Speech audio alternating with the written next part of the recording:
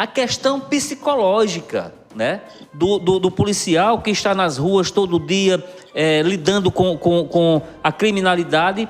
Ele também, como ser humano, ele se sente afetado.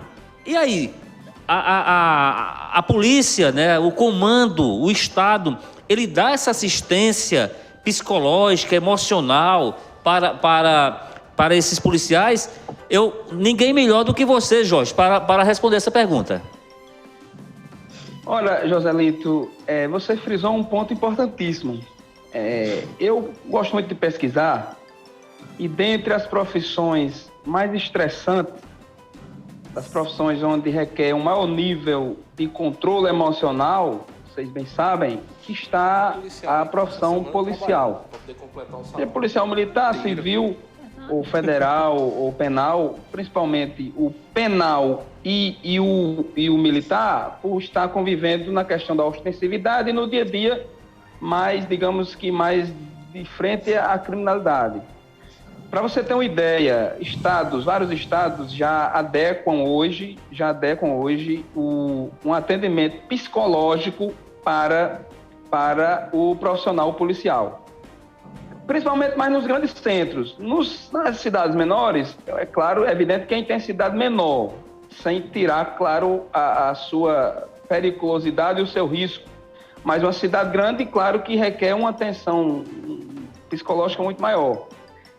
Existe já, repito, vários estados onde há um atendimento psicológico.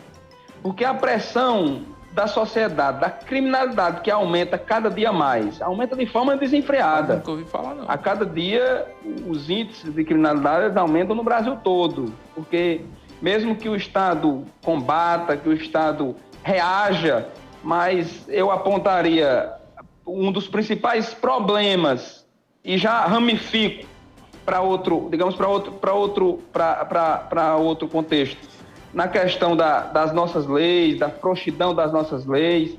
Isso requer do policial cada dia mais um preparo psicológico e um atendimento a essas demandas. O estresse de um policial é muito grande no seu dia a dia, porque, repito, lida com situações diversas, desde uma Maria da Penha a um furto, a um roubo. O policial, ele não é só um agente de segurança, ele é um psicólogo, ele às vezes é um conciliador, ele age como, ou seja, ele é várias profissões em uma só. Quer dizer, ele é cobrado, ele é exigido. E isso traz para si uma carga tremenda de estresse. Então, você adentrou um tema muito importante, Joselito, e realmente já há esse atendimento psicológico dentro da ala de saúde que todas as corporações policiais têm. Há esse atendimento já exatamente para tentar diminuir, que não tem como combater nem eliminar o todo, mas diminuir essa carga de estresse. É tanto que o índice de policiais que se aposentam, que vão para a reserva, no caso do militar, que se aposentam no caso de penal, de civil, é muito grande por problemas psicológicos. Porque é uma sobrecarga grande, onde a sociedade, parte dela, infelizmente, não valoriza ou não dá o crédito devido e sobrecarrega muito o profissional. Você vê recentemente, só para encerrar esse tópico, recentemente esse caso de Jacarezinho é um exemplo maior. Quer dizer, uma operação policial onde o policial, o agente público, o agente do Estado, representante do Estado, saiu para alguns setores como o criminoso. O criminoso se tornou vítima. Essa inversão de valores não deixa de ser outro ponto que acarreta um estresse psicológico muito grande e que aumenta ainda mais a sobrecarga no profissional de segurança pública. Você tocou num ponto importante aí, Jorge, que é a questão das leis, das nossas leis, que de certa forma se tornam ultrapassadas. O nosso Código Penal é de 1940. Então, de lá para cá, a sociedade evoluiu. Os crimes também tomaram outras condições, né? Os modus operandi. Né? A questão da população, das tecnologias evoluíram. Então, o nosso Congresso Nacional, o nosso os nossos representantes já deviam pensar em uma ampla reforma do nosso Código Penal, do nosso Código de Processo Penal, mas da maneira correta, não da maneira que está sendo feita. Começou a ser feita esses dias lá no Senado e foi logo barrada lá na Constituição na Comissão de Constituição e Justiça, porque queriam fazer assim, como se diz aqui no popular, nas coxas, e não ia resolver a questão, ia só complicar mais ainda, entendeu? Porque hoje nós vemos o quê? Nós temos aquele criminoso contumaz, que é aquele que vai praticar e vai praticar novamente, né, que vive realmente do crime. Então a lei ela deveria ser diferenciada para essa pessoa.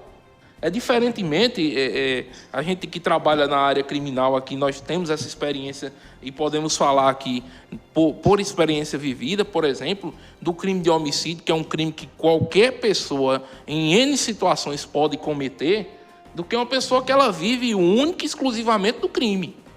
Então, eu entendo, sim, que o cidadão, realmente, aquele cidadão que, porventura ou outra, por ocasião do destino, por ocasião do momento, de uma situação que não fugiu da sua alçada, cometeu um crime, ele deve sim ter um tratamento diferenciado do Estado.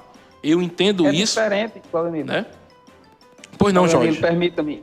Exatamente. É diferente de quem tem existem condutas de momentos, digamos que qualquer ser humano está vulnerável por momentos de questão emocional, qualquer pessoa pode agir de forma criminosa. Isso não quer dizer que a pessoa tem uma conduta que tem o crime como um meio de vida. É o que exatamente, eu concordo com você, como você acaba de frisar. O Código Penal é muito arcaico, né? Infelizmente, as nossas leis são muito frouxas.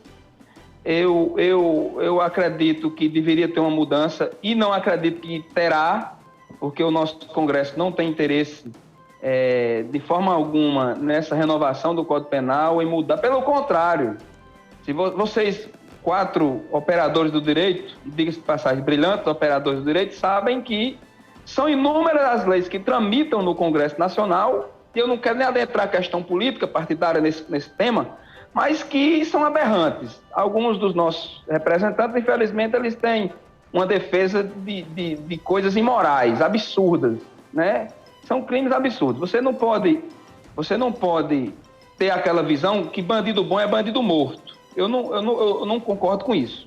Agora, você tem que ter uma visão de que alguns dos crimes, eles têm que ter um olhar diferenciado. Existem crimes bárbaros que a sociedade, infelizmente... Por exemplo, você viu agora um camarada que surtou, e vamos entrar um pouco nessa polêmica, surtou adentro de uma escola e mata crianças e professores.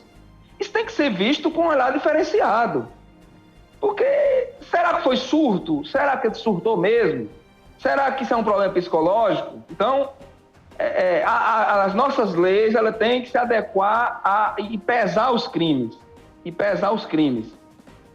Nós vemos uma onda de violência muito grande, onde, infelizmente, os nossos representantes em Brasília, que são quem fazem as leis, uma grande parte deles, eles não estão nem aí para o combate à criminalidade que poderia começar por um aperto maior nessas nossas leis, que são uma vergonha. As leis do Brasil... Eu vou dar um exemplo da Indonésia. Você acha que na Indonésia alguém tem coragem de voltar com droga para lá? Eu acho difícil. Algum brasileiro querer ir para lá com droga. Porque existe punição. Então, a frouxidão do brasileiro, o brasileiro não tem medo, porque a punição, as leis são frouxas, então isso faz com que aumente ainda mais a criminalidade do nosso país. É um dos pontos. Sem esquecer os fatores culturais, é claro, os fatores socioeconômicos, é claro, a gente tem que analisar tudo isso, mas é um ponto de muito destaque.